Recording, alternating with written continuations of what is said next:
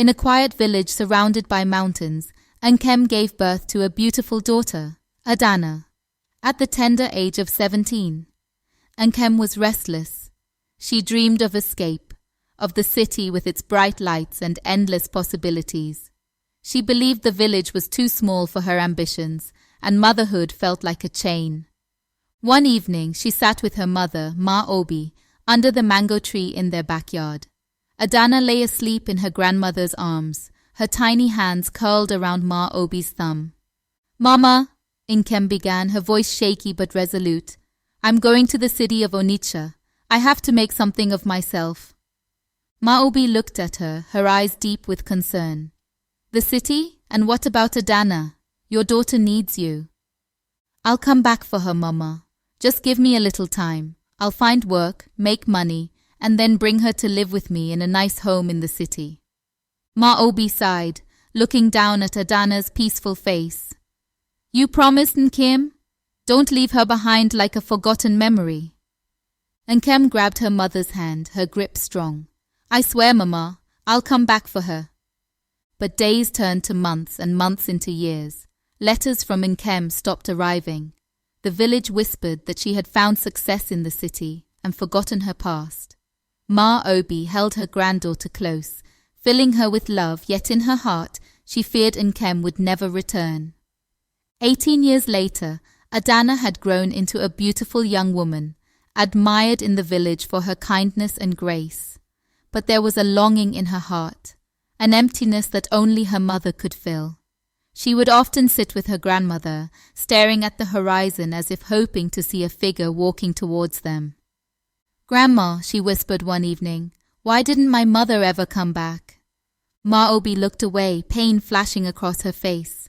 Life sometimes takes people away, Adanna, but it doesn't mean she doesn't love you." Adanna wasn't convinced. She had heard too many tales about the city of Onitsha, where people forgot their roots. Finally, one day, she made a decision.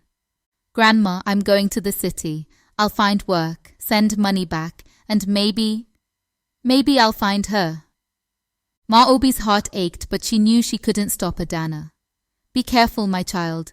The city is not as kind as the village. Promise me you'll stay safe." "I promise, Grandma."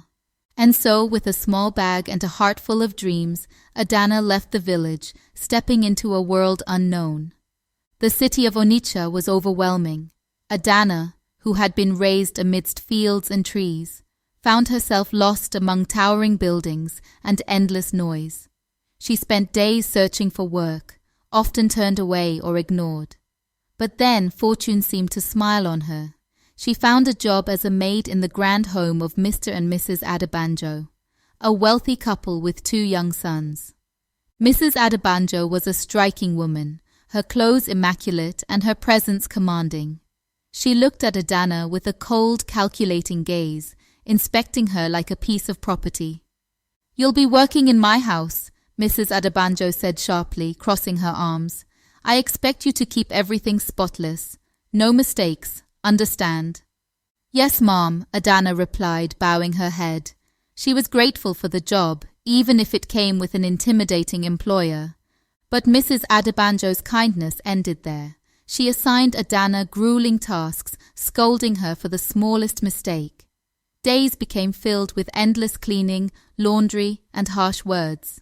One evening, after a long day of work, Adanna's hands ached and her eyes were heavy with exhaustion.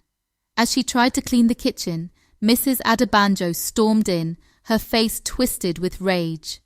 "What is this?" she snapped, pointing at a speck of dust on the counter. "Are you blind or just lazy?" Adanna's face flushed with embarrassment. "I'm sorry, Ma'am. I'll clean it again." Mrs. Adebanjo scoffed. "You village girls, no sense of quality or class. Do it properly, or you can find yourself another job." One afternoon, while dusting the shelves in Mrs. Adebanjo's bedroom, Adanna noticed a faded photograph peeking out from behind some books. She picked it up, her eyes widening in disbelief. It was an old family portrait, a young woman standing between an elderly couple. The woman's face was familiar. The same high cheekbones, the same spark in her eyes. Her heart thudded. "Mama," she whispered, barely breathing. Just then Mrs. Adebanjo entered the room. Her face twisted in fury when she saw Adanna holding the photo. "What are you doing with that? Put it down immediately." Adanna put the photo down, her hands trembling. I just thought, she looks like someone I know." Mrs. Adebanjo's eyes narrowed.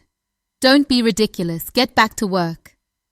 But Adanna couldn't shake the feeling. The woman in the photograph looked just like her. Could Mrs. Adebanjo be her mother? She had to find out. The revelation gnawed at Adanna. She could hardly sleep, her mind racing with memories of her grandmother's stories, of the mother who had promised to return. After several days of torment, she gathered the courage to confront Mrs. Adebanjo. "Ma'am," she began one night after dinner, her voice soft but determined. Did you ever live in a village? Did you have a family there?" Mrs. Adebanjo's face went white. She stood frozen, her eyes wide with a mixture of fear and anger. "What nonsense are you speaking?" "My grandmother is Ma Obi," Adanna continued, her voice trembling. "She raised me. She told me about my mother who went to the city and never came back." Mrs. Adebanjo's voice was barely a whisper. "Stop talking. This is not your place." "But," Adanna's voice cracked, "are you my mother?" Mrs. Adebanjo's composure shattered. She looked at Adanna, her eyes pooling with tears she had hidden for nearly 2 decades. "Yes," she whispered, her voice choked. "I am." Adanna took a step back, her chest heaving. "All this time, I was your daughter, and you treated me like this?" Mrs. Adebanjo reached out, her hand trembling. "Adanna, I didn't know. I couldn't bear to face the past. I didn't know how to make things right." "Make things right?" Adanna's voice rose, filled with the pain of 18 years. "You abandoned me. You never wrote, never came back. I thought you were dead." "I was selfish," Mrs. Adebanjo admitted, tears streaming down her face. "I thought I could come here, make a life, and bring you over, but I got lost. The city swallowed me up, and I forgot. I forgot what mattered." Adanna shook her head, her own eyes filling with tears. "You didn't forget. You just didn't care enough to come back." Days passed, filled with a strained silence between them. Adanna kept her distance, struggling to reconcile the woman she had hoped for with the cold stranger who had treated her like dirt. Mrs. Adebanjo, once proud and indomitable, was now a shell, her guilt hanging heavy in the air. Finally one evening, Mrs. Adebanjo approached Adanna, her voice barely a whisper. "Adanna, please, let me make it up to you. Let me help you, support you in your dreams."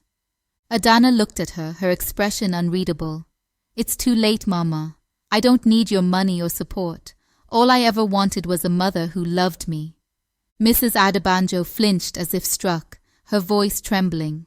"Then, let me love you now. Please, I know I don't deserve your forgiveness, but I want to be there for you." Adanna's anger wavered. She had carried the weight of her mother's absence all her life, but here she was, broken and pleading. Could she find it in herself to forgive? Maybe we could start small," Adanna said slowly, her voice heavy. "Come with me to the village. Meet Ma Obi. Let her see the woman you've become. Maybe then we can try." Mrs. Adebanjo's eyes filled with fresh tears. "Thank you," she whispered. "Thank you for giving me a chance." They traveled back to the village together, the journey filled with quiet moments and tentative smiles. When they arrived, Ma Obi was waiting by the door, her old eyes brimming with love and relief. "Nkem," she said softly, reaching out to touch her daughter's face. "You finally came home." Mrs. Adebanjo Nkem fell to her knees, sobbing as she clung to her mother's hand. "Mama, I'm sorry. I'm so sorry."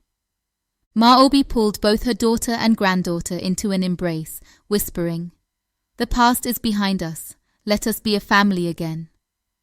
And as the sun set over the village that evening, Adanna felt a warmth she had never known, standing between the mother who had left and the grandmother who had stayed. The scars of abandonment remained, but in the arms of family, she found hope for a future stitched together by forgiveness.